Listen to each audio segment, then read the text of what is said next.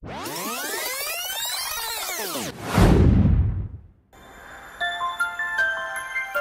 niyo ba, nung bata ako, pinangarap ko talaga makalipad ng mataas na katulad ng isang ibon. Yung tipong wala kang pinuproblema. Yung lupang nasasaksihan nyo ngayon, diyan kami madalas maglaro ng mga bata pa kami. Yan ang lugar na hindi ko makakalimutan kailanman. At kapag may pagkakataon ako, parati ko rin siyang binabalikan. At ang mga batang kasama kong maglaro sa lugar na yan, ang iba ay wala na. Ang iba naman ay may kanya-kanyang buhay na. Sa lugar ding yan, nabuo ang aming samahan. May mga awayan, meron din mga tampuhan, pero sa bandang huli, nanaig pa rin ang aming pagkakaibigan. Madalas nga may kwento ko sa aking mga anak, ang lugar na ito. Ang lugar na ito kung saan ako madalas maglaro, ang lugar na ito kung saan ako madalas bumuo ng pangarap. Ngayong araw na ito, isasama ko ang aking mga anak upang makita nila ang lugar kung saan ako madalas maglaro. Ang lugar na madalas kong ikwento sa kanila. Ang lugar na kailanman ay hindi ko pagsasawaan.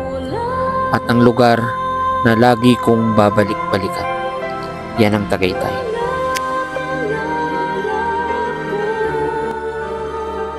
Hello everyone, I'm here in Tagaytay. I'm with my son EJ and my son Eman. Yan, my son Eman.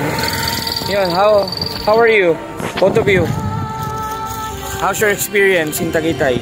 So the climate is so cold and windy.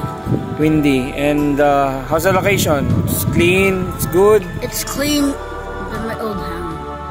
Ayan. Mga ka-winner, ito po kasi yung lagi kong kinukwento sa kanila, yung mga experience nung bata ako. Dito kami naglalaro. Ayan, oh. Dati kasi medyo ano yan araruhan. Pero ngayon ay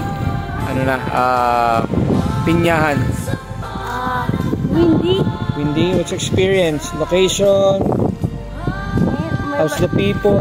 How's It's kind of good. They're kind of good. Yeah, and my grandpa's here. Yeah. Today is birthday of Grandpa and Daddy Rico.